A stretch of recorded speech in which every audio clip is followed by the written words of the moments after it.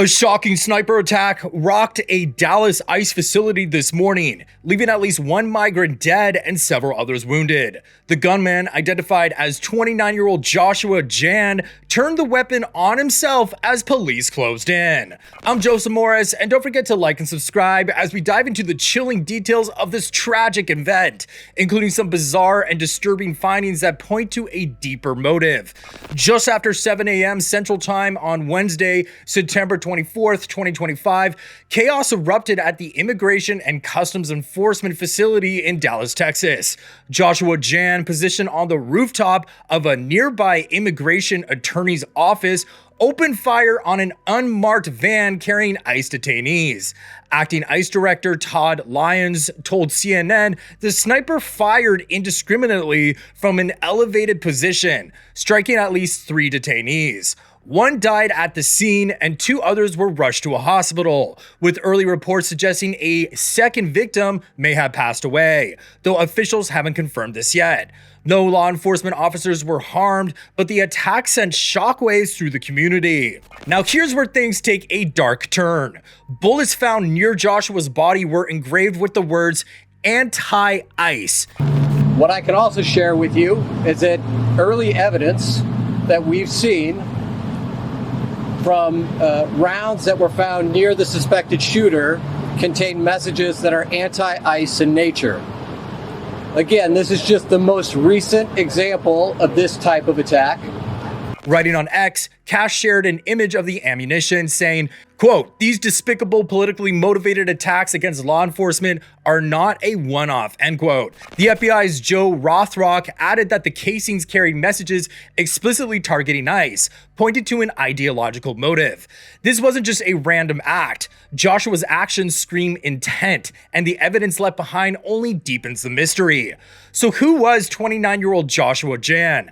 A background check uncovered some eyebrow-raising details. His now deleted Facebook page reportedly featured a profile picture of an armed figure with a hammer and sickle, captioned with the phrase, quote, "Glorious exposition, comrade," end quote. This imagery, tied to communist and possibly Antifa ideologies, suggests Joshua may have been driven by extreme leftist views. Adding to his troubled past, he had a prior conviction for selling marijuana, hinting at a history of run-ins with the law. But it gets even more intriguing. Reports indicate Joshua was an active gamer on Discord, where he spent hours in online communities discussing everything from video games to fringe politics. Sources say he recently lost his job at a local Walmart, which might have added to his frustrations. Alleged posts from his X account, now under scrutiny, show him joking about prominent political figures and making pointed comments on immigration policies, often criticizing border enforcement in sarcastic tones. Voting records from Texas revealed he participated in the 2020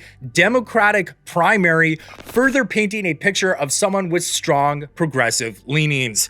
Investigators are now combing through his digital footprint, including old forum posts where he reportedly debated radical ideas like abolishing ICE altogether. One bizarre detail emerging is that Joshua had a collection of engraved items, not just bullets, but keychains and even a custom lighter with anti-authority slogans, according to anonymous tips shared on social media. It's like he was building a personal manifesto through everyday objects. Combined with his online rants about government overreach, it raises questions about how long he'd been simmering with these views. So was this the culmination of years of online radicalization, or something more personal? That's what authorities are trying to piece together as they interview friends and family, who describe him as increasingly isolated in recent months. He lived alone in a modest apartment in the Dallas suburbs, surrounded by gaming setups and stacks of political books on socialism and activism. Neighbors recall him as quiet but occasionally vocal about current events, once even handing out flyers at a local protest against deportation raids. This mix of everyday hobbies and extreme ideology makes his story all the more unsettling. How does someone go from playing video games to planning a full-on sniper attack?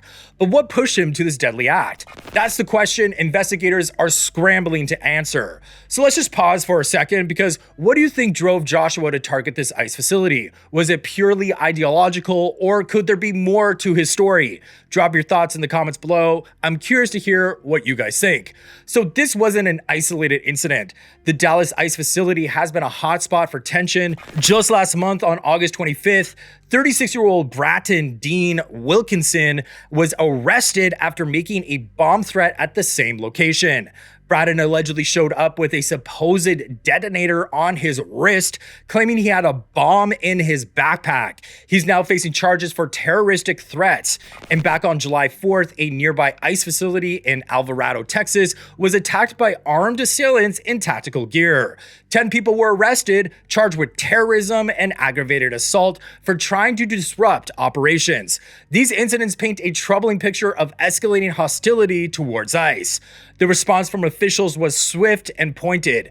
Texas Attorney General Ken Paxton, writing on X, called the shooting an attack on ICE and law enforcement, vowing, quote, "We will continue to do everything in our power to combat the alarming increase of targeted attacks against ICE and all law enforcement by evil, twisted individuals," end quote. Vice President J.D. Vance echoed this, writing, "The obsessive attack on law enforcement, particularly ICE, must stop. I'm praying for everyone hurt in this attack and for their families."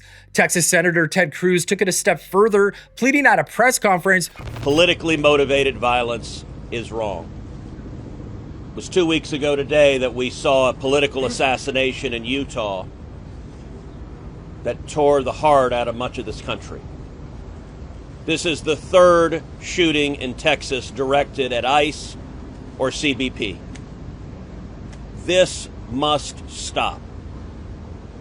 To every politician who is using rhetoric demonizing ICE and demonizing CBP, stop. To every politician demanding that ICE agents be doxxed and calling for people to go after their families, stop. This has very real consequences. Look, in America, we disagree. That's fine. That's the democratic process. But your political opponents are not Nazis. We need to learn to work together without demonizing each other, without attacking each other. And I want to say thank you. I want to say thank you to the brave men and women of law enforcement. I want to say thank you to the brave men and women of ICE and CBP and everyone who puts their lives on the line to keep us safe. So in the wake of the attack, ICE Director Todd Lyons announced that ICE facilities nationwide are now under high alert. The FBI Department of Homeland Security and Dallas Police are working together to dig into Joshua's background, movements, and possible connections to extremist groups. While they've established some details about his past, the full motive remains unclear. The investigation is ongoing, and Dallas Mayor Eric Johnson is expected to address the public soon. This attack is a stark reminder of how polarized our society has become. The anti-ICE messages on Joshua's bullets and his reported ties to radical ideologies point to a dangerous mix of anger and extremism. While I condemn the violence, I can't help but wonder if the heated rhetoric on all sides is fueling these acts. Targeting defenseless detainees is cowardly, and the fact that Joshua took his own life leaves us with more questions than answers. My heart goes out to the victims and their families. This kind of violence solves nothing and only deepens the divide. That's the latest on this devastating Dallas ICE shooting. If you found this update gripping, please hit like, subscribe, and drop a comment because I try to read every single one. So stay tuned for more updates as the story develops. Bye, guys.